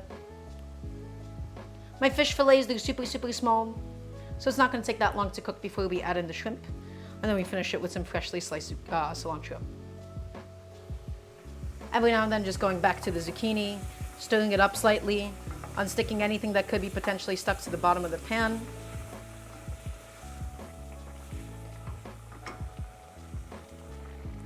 This is boiling away.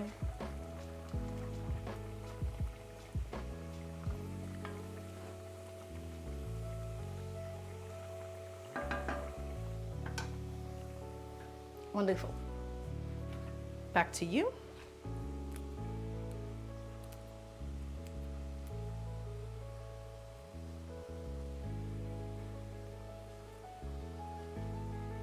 Ooh, guys, this cilantro that I bought, I see why it was 89 cents for a bunch.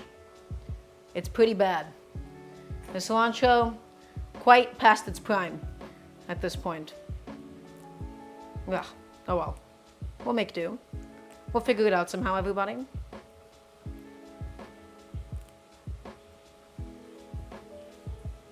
Okay, this, I think, is going to be more than inadequate. Maybe a few more little leaves. Never really exactly measuring when we're cooking at home, always just kind of going by feel. Especially with fresh herbs, in like a slightly cooked setting, it's very, very difficult to have too many of them.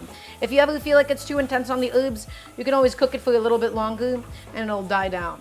I'm gonna go ahead and have a little taste of my zucchini so far, see how well it's treating us at this moment in time. It's a big, big piece of zucchini. Also, Twitch 8030, welcome on in. Ah, that is hot. Excuse me. Ow. Who would have thought, guys, that a burning hot piece of zucchini that just came off the pan, when it's a thick, thick vegetable, would indeed be hot? They really fooled me. They got me going.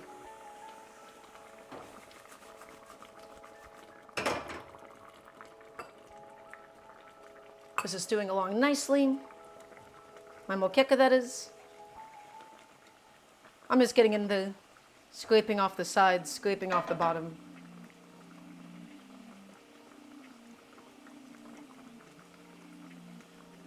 Wonderful. Okay. Probably give this a little taste.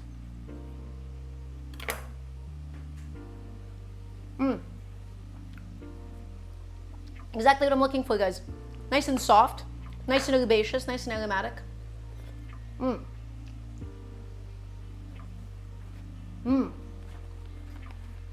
Really simple, but very, very, very delicious, I must say. Very happy about that. That's exactly what I wanted. I wanted a simple vegetable side dish, something I could throw together with nothing but just some zucchini and some other flavorings. And it does exactly that. I'm gonna add in a little bit more salt, and then, my friends, we're just going to go ahead and cut up my cilantro for today. Coating it with all of those dried herbs, getting it all mixed in. Wonderful. My moqueca is boiling away. So, for the herbs, and I need everybody's attention, I want to hear a nice Daramgar chef.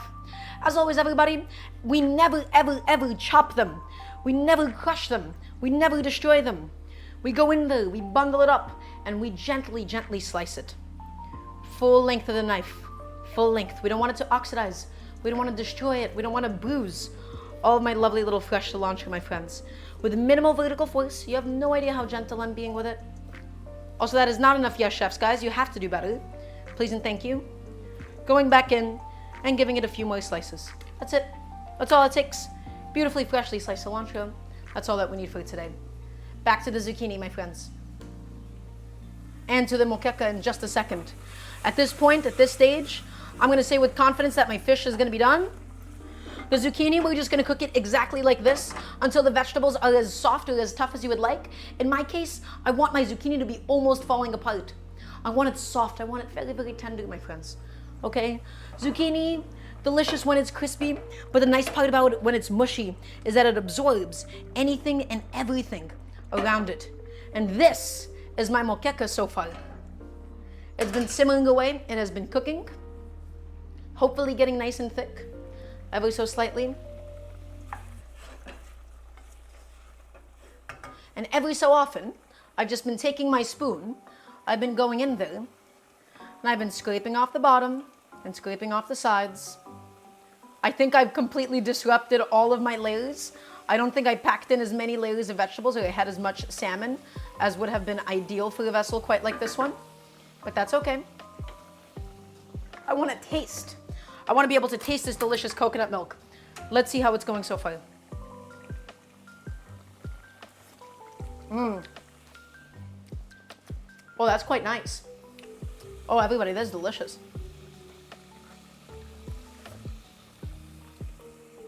It's getting a very, very subtle flavor out of the tomatoes, which is what we wanted. You wanted them to mostly keep their shape. I want them to mostly keep the texture, okay? I'm just continuing to cook along my zucchini. Perfect. Everything is coming along quite great. I'm very happy about this so far, guys. All right, hopefully, let's see if we can get this a little tiny bit more organized before we add in all of my little shrimps. Okay?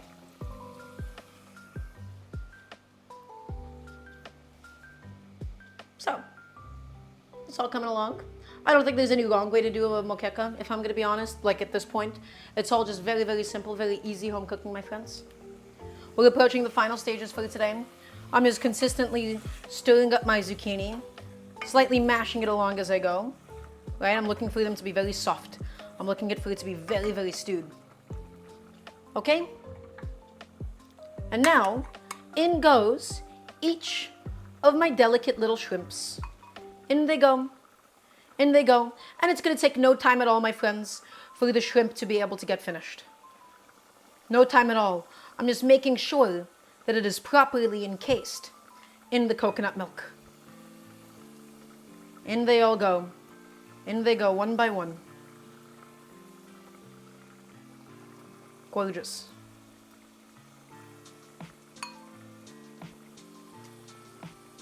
Very simple. All of my shrimps are officially inside. I'm going to go ahead and get all of my dirty dishes once and for all into the dishwasher. Or some of them into the sink.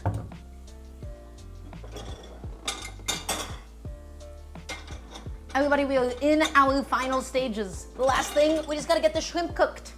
We're gonna lower the heat. We're just gonna go ahead and slap a lid on it, wherever I ended up putting it. And it only needs about 2 to 5 minutes. Shrimp take no time at all. We did salt it, so it's not really going to get too dry, even if we do slightly overcook it. Also, Mile now, welcome on in. Hope you're having an excellent day today.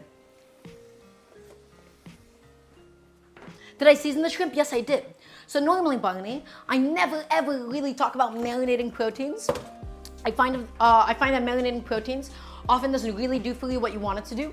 But in the case of the moqueca, you don't want the salinity of the shrimp to completely dissipate.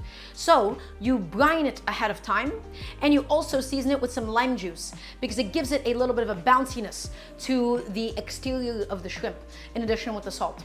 Okay, oftentimes marinating isn't really for flavor, it's to modify the texture slightly. The lime juice doesn't really tenderize it per se, it just gives it a different texture.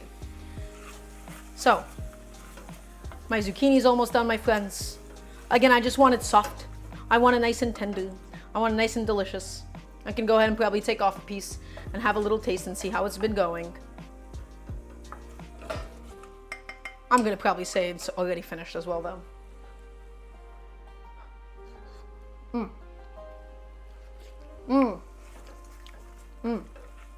Guys, zucchini, I am telling you, you don't always need it to be super crispy. You don't always need it to be super snappy.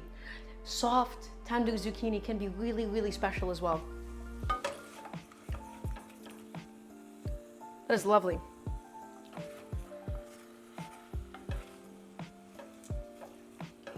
Okay. A little bit more salt on the zucchini, my friends. And we're almost done with the moqueca. Told you guys today was gonna be very fast, very, very simple.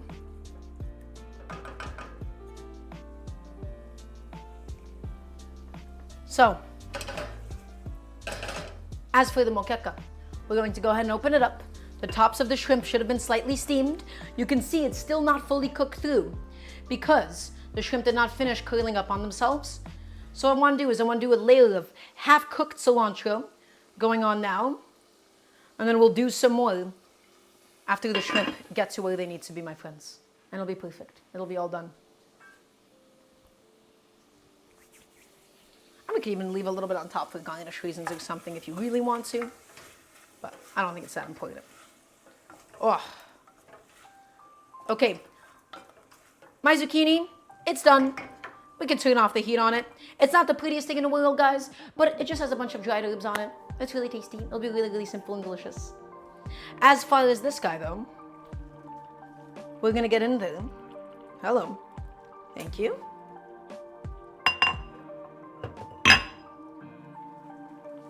We're just gonna gently nestle in and flip our shrimp. That guy's cooked. That guy's almost cooked. He's just about cooked. Everybody, I can tell you with confidence, I think the moqueca is done. The salmon should be cooked. I think the shrimp is cooked all the way through. My vegetables, they all have a little bit of a bite to it, but it's still very, very delicious. Alien H, welcome on in. I hope you're having a beautiful day today. I'm gonna garnish the top with, you guessed it, a little teeny tiny bit more fresh cilantro right on top. And I'm gonna take a little picture for Twitter. We'll plate it, and then we'll be done with it.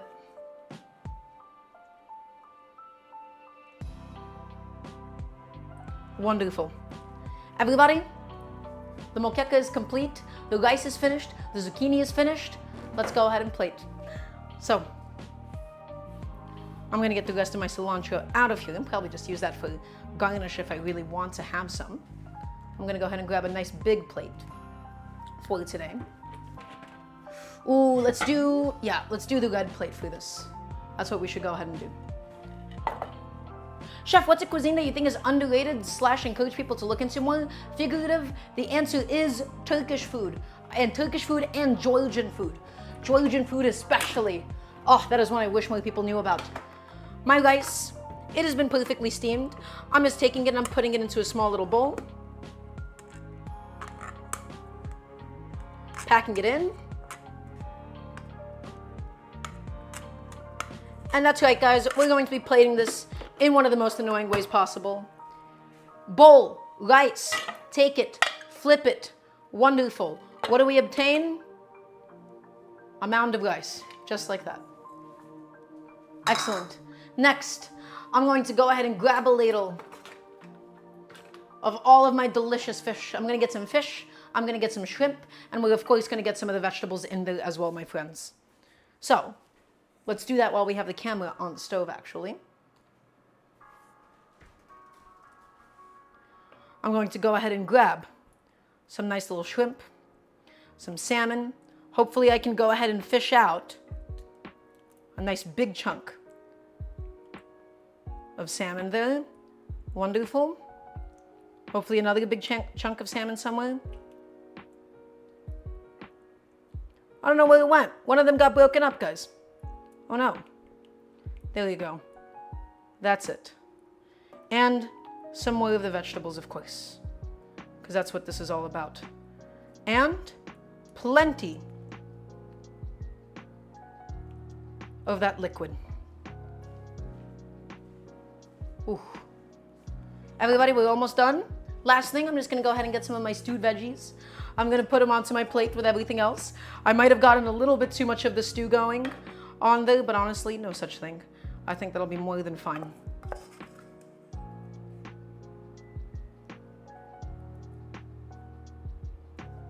Okay.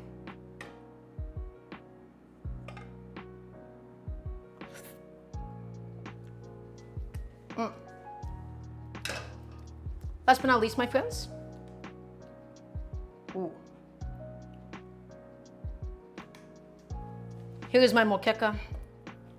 Just a little bit of fresh cilantro right on top and all the way around. And hopefully I'll be able to get some of that lovely sauce coated.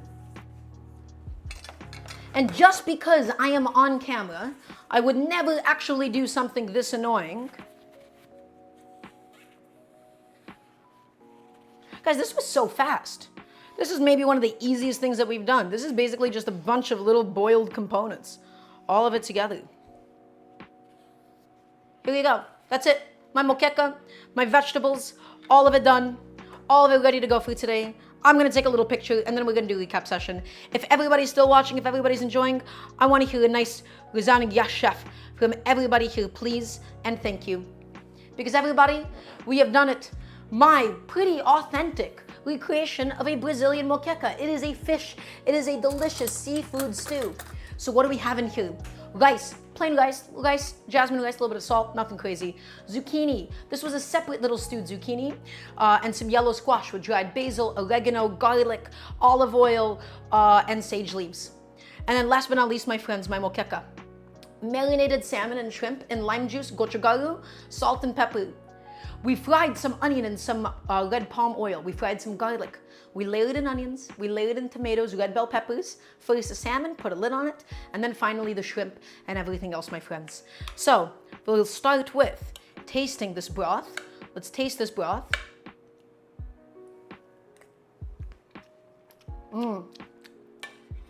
It's coconutty. It's very simple, but it's very delicious. It's properly seasoned. Now, we'll go ahead and get some rice with the broth to be able to soak it up. Come on, buddy. Oh, that is excellent. Very delicious. Okay, and now, hopefully, a nice tender piece of shrimp.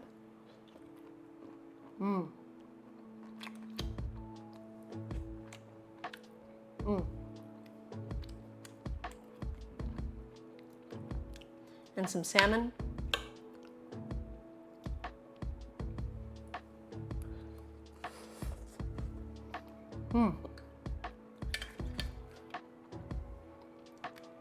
Oh, that's quite good.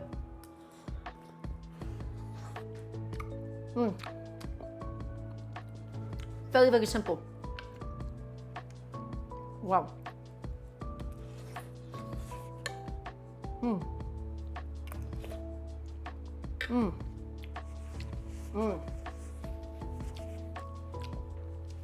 It's hearty. It's simple. It's quite good for you. We have a whole lot of vegetables. We have everything that you could possibly want in here, my friends. Some zucchini.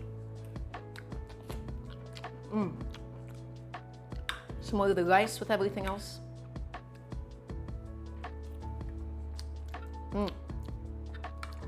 I'm quite enjoying this.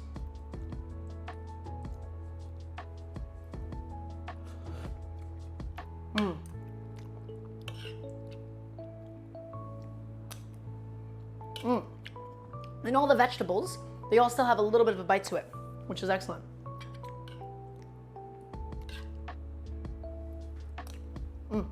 Okay. That's it, everybody. We're done. We finished. We did it all for today. Everybody, thank you so much for being here. Thank you all for being a part of the show. Unfortunately, there is no cooking show for the rest of this week until next week because I'm going to be gone this weekend. We have some Brawlhalla commentary this weekend, twitch.tv/Brawlhalla on the main channel. So that's going to be this Saturday and this Sunday that you can go ahead and tune into that. If you haven't already, join my Discord, !Discord. If you'd like to support the cooking show, my goal is to go full-time one day, !Patreon, to help directly support the show. Everybody, thank you all for being here. Thank you all for supporting the show. I'm going to still be active in Discord. I'm going to see you guys next week right here, 5 p.m. EDT, October 16th. And if you'd like to catch me this weekend, I'm going to be on all weekend, Saturday and Sunday, twitch.tv/Brawlhalla. Everybody, thank you for being here. Thank you for stopping by. Thank you for being a part of the show. And I'm going to see you all in a week's time or in a few days' time, depending on where you find me. Goodbye, and have a good